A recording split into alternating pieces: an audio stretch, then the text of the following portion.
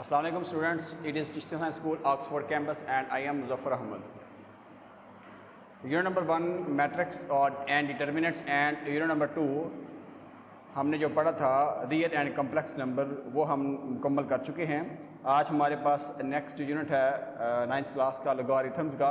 तो लॉगरिथम का सबसे पहले हम इंट्रोडक्शन थोड़ा सा देखते हैं जी। सबसे पहले जो लॉगरिथम था उसको इंट्रोड्यूस करवाया मोहम्मद मूसा अल-ख़वाज़मी ने इन 17th सेंचुरी के अंदर। इसने पहले लॉगरिथम टेबल जो है वो इंट्रोड्यूस करवाया था सिंपल सा, और उसके बाद फिर जॉन नेपियर था, उसने लॉगरिथम टेबल इंट्रोड्यूस करवाया विद बेस ई के साथ। और उसके बाद जो नेक्स्ट था वो इसी के काम को जॉन नेपियर के काम को प्रोफेसर हेनरी ब्रिज ने कंटिन्यू किया और उसने फिर बेस 10 के साथ लॉगरिथम टेबल बनाया।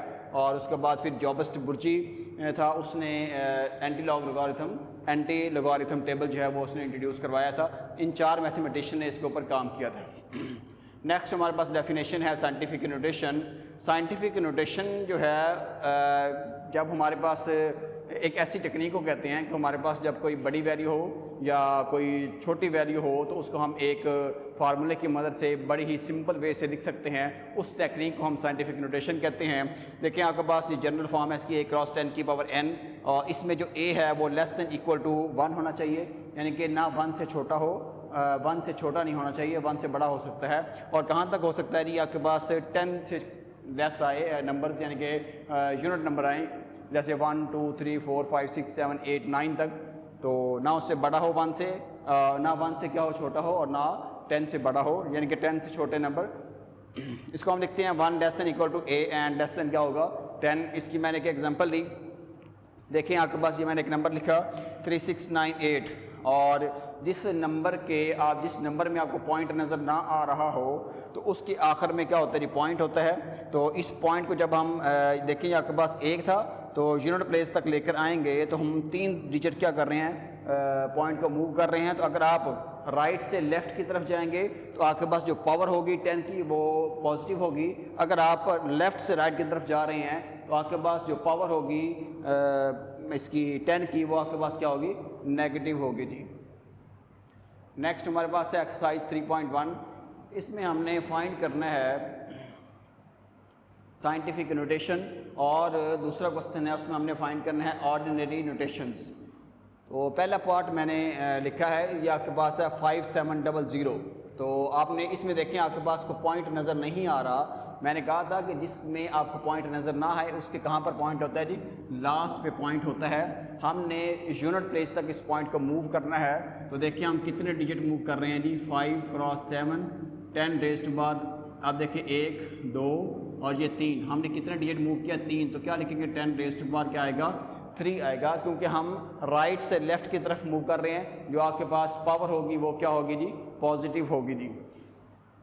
इसी तरह आपके पास है जी 49800 और आगे 000 है, इसको भी आप इसी तरीके से मूव करेंगे। या आपके पास 4.9810 raise to power, I think 3 और 3 6 7 आएगा, 4.9810 रेज़ टू पावर 7।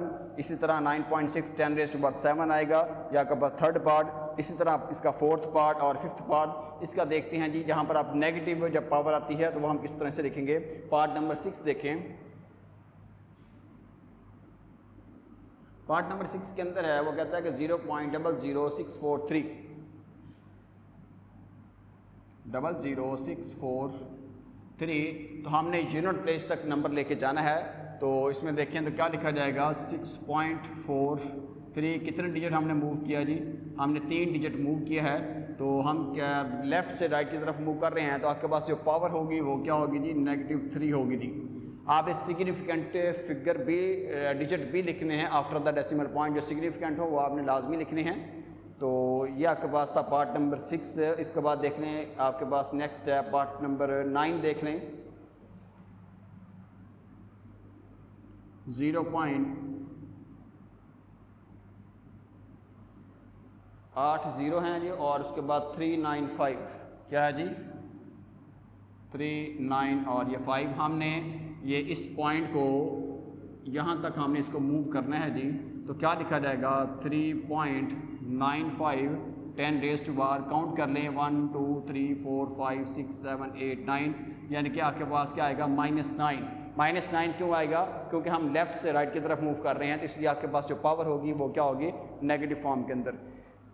नेक्स्ट हमारे पास इसका क्वेश्चन नंबर 2 है, express the following numbers in ordinary notation. हमने इसमें नंबर्स को ऑर्डिनरी नोटेशन के अंदर लिखना है। तो क्वेश्चन नंबर है 2, पहला पार्ट उसका है जी 6 cross 10 raise to power minus क्या है जी 4 है। तो इसको हम किस तरीके से लिखेंगे? अब देखें, हमने या के पास -4 है, इसका मतलब क्या है कि आपके पास जो पॉइंट जो है वो कहाँ पर है जी? आपके पास पॉइंट यहाँ पर है।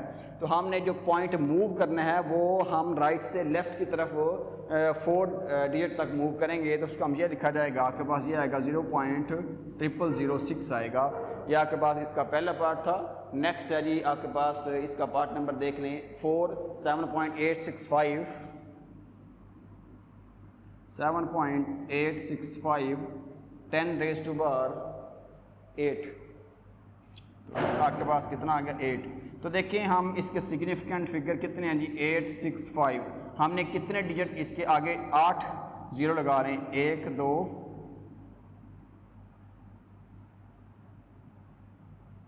देखें आपके पास कितने आपके पास आ गया 10 रेज़ टू पावर 8 को हम इस तरीके से लिख सकते हैं। हमने कितना डिजिट मूव किया जी? हमने 3 डिजिट मूव किया। तो एंड वाले 3 डिजिट 3 0 आप क्या कर दें? कटिंग कर दें। तो बाकी आपके पास क्या बचा? 7 8 6 5 10 रेज़ टू पावर, या आपके पास कितने हैं जी? 5 0 हैं। इनको इसको जब इसके साथ मल्टीप्लाई करेंगे तो आपके पास लिखा जाएगा 65 और साथ आप क्या करें? 5 0 अटैच कर दें। तो ये आपके पास क्या आंसर आ गया? 7 8 6 5 00 और 000। ये था हमारे पास ऑर्डिनरी नोटेशन। नेक्स्ट एक आपके पास हम लॉग, अगर लॉग फॉर्म के अंदर हो तो उसको हम सिंपल फॉर्म में किस तरीके से लिख सकते हैं वो मैं आपको थोड़ा सा इंट्रोड्यूस करवाता हूँ एक्सरसाइज 3.2 के लिए।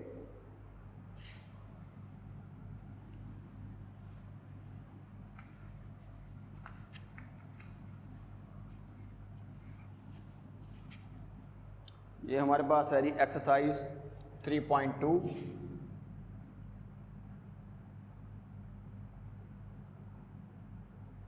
इसके लिए एक मैं लिखता हूँ, आपके पास है log ax is equal to y। ये आपके पास जो x है इसको हम क्या बोलते हैं जी? एक्सपोनेंट। और ये जो आपके पास a है इसको हम क्या बोलते हैं जी? बेस। और इसको हम y को हम क्या बोलते हैं? इंटीजर्स। और ये आपके पास वैसे ही क्या होगा? लॉगरिथम। तो इसको एक्सपोनेंशियल फॉर्म में या सादा फॉर्म में लिखने का मेथड क्या है? आपने इन दोनों को इंटरचेंज कर लेना है जी और लॉग ख़त्म कर देना है। क्या लिखेंगे? a y किसके इक्वल आ जाएगा? x के लिए। क्या करना है जी? आपने आपके पास जो बेस है उसका जो इंटीजर होगा क्या बन जाएगी? पावर बन जाएगा। और जो आपके पास एक्सपोनेंट है वो क्या बन जाएगा? इंटीजर, यानी कि राइट साइड पे आ जाएगा। या आप सिंपल ये कर लें कि लॉग को आप क्या कर दें? ख़त्म कर दें, x और y को इंटरचेंज कर दें, तो ये आपके पास सिंपल फॉर्म आ जाएगी। ये एक्सरसाइज आपके पास है 3.2 और उसका क्वेश्चन नंबर 4, 5 और 6 सेम इसी तरीके से होंगे जी। क्वेश्चन नंबर 4 देखें, वो कहता है कि what replacement for the unknown each of the following will make the statement true. तो देखें इसका क्वेश्चन नंबर 1 हम करते हैं। क्वेश्चन नंबर 4 और इसका पहला पार्ट देखें, उसने हमें गिवन दी है log बेस 3 एक्सपोनेंट उसका 81 है और किसके इक्वल है जी? L के। तो हम इसको लिखते हैं जी इन सिंपल फॉर्म या इन एक्सपोनेंशियल फॉर्म। तो क्या लिखा जाएगा? ये आपके पास आएगा 3 की पावर L किसके इक्वल है जी? 81 के।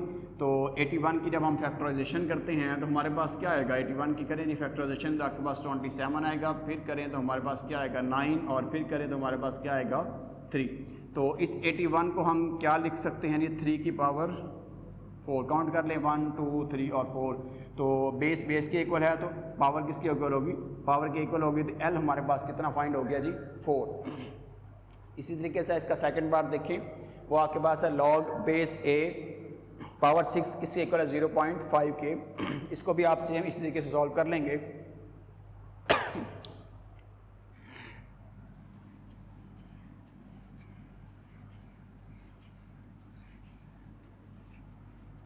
देखें जी x ये आपके पास सेकंड पार्ट है जी इसका।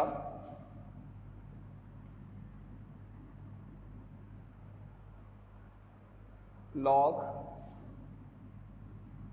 6 बेस a 0.45, इसको जब आप एक्सपोनेंशियल फॉर्म में लिखेंगे तो क्या लिखेंगे, a 0.5 किसके इक्वल है 6 के। इस 0.5 को अगर हम चेक करें तो क्या लिख सकता है 5/10 डेसिमल पॉइंट अगर ख़त्म कर दें तो ये आपके पास आएगा 5 1 is 5 और 5 2 the 10, 1/2 किसके इक्वल है 6 के। तो टेकिंग स्क्वायर बोथ साइड, क्योंकि यार हमने यहाँ से क्या करना है जी 1/2 ख़त्म करना है, तो क्या लिखेंगे टेकिंग स्क्वायर बोथ साइड, तो a की पावर 1/2 होल स्क्वायर किसके इक्वल है 6 का पावर 2, या 2 से 2 कैंसिल, तो a की वैल्यू हमारे पास क्या आ जाएगी जी 36 आ जाएगी जी। ये इसका पार्ट नंबर सेकंड था जी। इसका पार्ट नंबर थर्ड सेम इसी तरीके से 5 की पावर 2 किसके इक्वल होगा n के, तो n किसके इक्वल आएगा 25 के जी। पार्ट नंबर थर्ड देखें, log n 5 किसके इक्वल है 2 के, तो इन एक्सपोनेंशियल 5 की पावर 2 किसके इक्वल होगा n के, तो यहाँ के पास क्या आएगा 25 n के इक्वल आ जाएगा। तो इसका देखें नेक्स्ट पार्ट नंबर 4, यहाँ के पास क्या है 10 की power p is equal to 40, यहाँ के पास क्या है जी 40, तो taking log both side, taking log both side, तो दोनों तरफ क्या ले लें log 10p किसके इक्वल है जी 40 के। तो असल में ये आपके पास थोड़ा सा नेक्स्ट एक्सरसाइज 3.3 में हमने जब log पढ़ना था तो उसमें ये बड़ी डिटेल के साथ आना था, तो आप आगे नेक्स्ट आके पढ़ेंगे। ये लॉ है log m की पावर n हो तो उसको हम क्या लिखते हैं n log m, यानी कि पावर आपने पहले उतार लेनी होती है। ये थर्ड लॉ हमने आगे पढ़ना है जाके, यहाँ पर उसकी बेस a भी है, तो इसको पहले उतारने आपके पास क्या आएगा p log, ये दोनों तरफ हमने log लेना था, log क्या आएगा 40, p log 10 किसके इक्वल है जी log 40 के, तो log 10 कितना 1 होता है, और ये आपके पास log 40 जो है वो आप फाइंड करेंगे कैलकुलेटर के साथ, log 40 पुट करें तो आपके पास 3690 आएगा, 3690। कैलकुलेटर के अंदर आपने लॉग का बटन होगा उसको प्रेस करना है और आपने 40 पुट कर देना है, तो हमारे पास ये आंसर आ जाएगा 3690। ये आपके पास p फाइंड हो गया जी। नेक्स्ट हमारे पास है, ये आपके पास आएगा 1.3690। तो नेक्स्ट क्वेश्चन नंबर है हमारे पास 5, उसको हम सॉल्व करते हैं। वो हमारे पास सेम इसी तरीके का है जी। क्वेश्चन नंबर जो 5 है,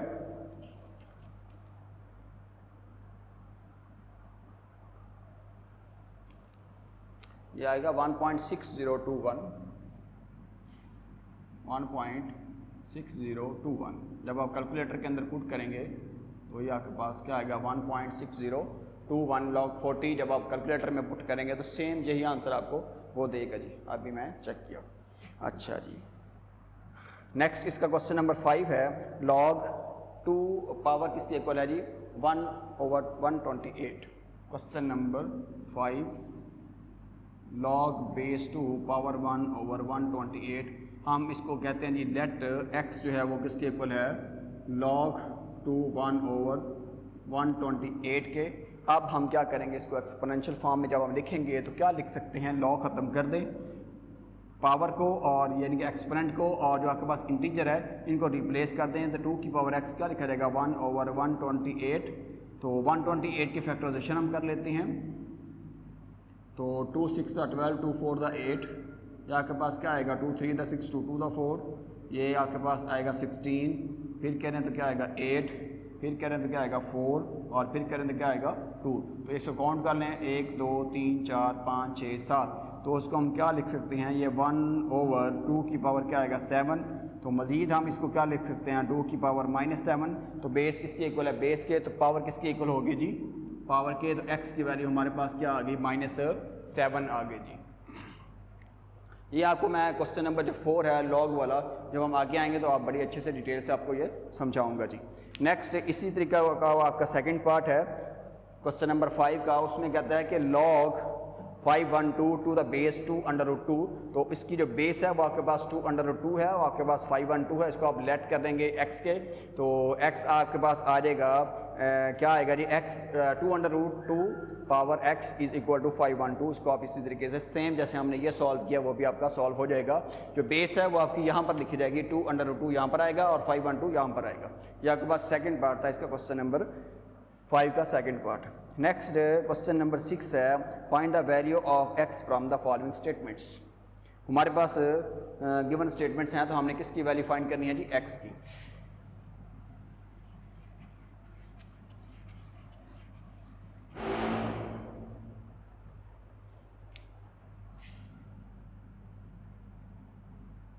लॉग बेस 2 पावर x किसके इक्वल है 5 के, तो इसको हम जब एक्सपोनेंशियल फॉर्म के अंदर लिखेंगे तो आपके पास 2 की पावर 5 किसके इक्वल आएगा, x के, और 2 को आपने 5 दफ़ा मल्टीप्लाई करना है। तो क्या लिखेंगे, 2 क्रॉस 2 क्रॉस 2 क्रॉस 2 क्रॉस 2 किसके इक्वल है, x के। 1 2 3 4 5 इसको मल्टीप्लाई करें तो 2 to the 4 4 to the 8 8 to the 16 16 to the 32, तो हमारे पास x की वैल्यू क्या फाइंड होगी जी, 32। ये इसका था जी फर्स्ट पार्ट। अब देखिए इसका सेकंड पार्ट, log 981 किसके इक्वल है, x पे, x के जी। तो इन एक्सपोनेंशियल फॉर्म में जब हम इसको लिखेंगे तो क्या लिखेंगे, 81 की पावर x किसके इक्वल है जी, 9 के। तो इसको मज़ीद हम क्या लिख सकते हैं, 9 की पावर 2 होल पावर x किसके इक्वल है, 9 के। आपने फार्मूला पढ़ा, x की power m whole power n, क्या लिखते हैं, x की पावर mn। तो इस 2 को इस x के साथ मल्टीप्लाई कर लें, आपके पास 2x आ जाएगा, और इधर क्या आएगी, 9 की पावर क्या आएगा, 1। तो बेस सेम है तो पावर्स आपस में क्या होंगी, इक्वल होंगी। तो 2x किसके इक्वल होगा, 1 के। तो यहाँ से x की वैल्यू क्या आएगी, 1/2। यह आपके पास था इसका सेकंड पार्ट। इसी तरीके से इसका थर्ड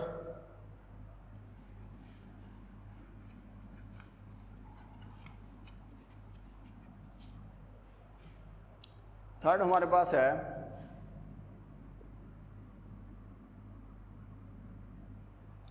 log 64, log बेस आपके पास 64 है और पावर क्या 8 है, और किसके इक्वल है जी, x/2 के। इसको जब हम दूसरी फॉर्म के अंदर चेंज करेंगे एक्सपोनेंशियल फॉर्म में, तो x की पावर 64 की पावर क्या बन जाएगा, x की पावर 2, और ये किसके इक्वल होगा, 8 के। तो इसको हम क्या ले सकते हैं, 8 की पावर 2 होल पावर x/2 किसके इक्वल है, 8 की पावर 1 भी लिखा जा सकता है। तो ये 2 से 2 क्या हो जाएगा, कैंसिल। तो 8 की पावर x किसके इक्वल होगा, 8 की पावर 1 के। तो बेस के इक्वल है, तो पावर किसके इक्वल होंगी, आपस में इक्वल होंगी। अगर बेस के इक्वल है तो पावर भी आपस में क्या होंगी जी, इक्वल होंगी। तो 8 की पावर 2 किसके इक्वल होता है, 64 के। ये पावर और ये इसका स्क्वायर रूट, यानी कि 2 से 2 कैंसिल हो जाएगा, तो 8 की पावर x रह जाएगा। तो बेस के इक्वल है तो पावर किसके इक्वल होंगी, पावर के। तो ये आपके पास इसका थर्ड पार्ट था। इसी तरीके से आप इसके पार्ट नंबर 4 और पार्ट नंबर 5 भी सॉल्व कर लेंगे। अगर नेक्स्ट कुछ लॉज हैं वो मैं लिख देता हूँ, नेक्स्ट हमने इसको यूज़ करनी है। 3.2 का क्वेश्चन नंबर 1 2 और 3 हम इंशाल्लाह हम नेक्स्ट लेक्चर में करेंगे। तो कुछ लॉज हैं वो आप अंडरस्टैंड, वो आप याद करके आएंगे जी।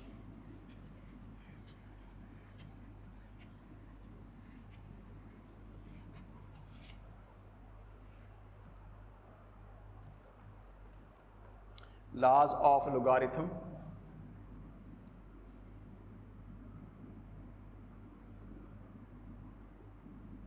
laws of logarithm,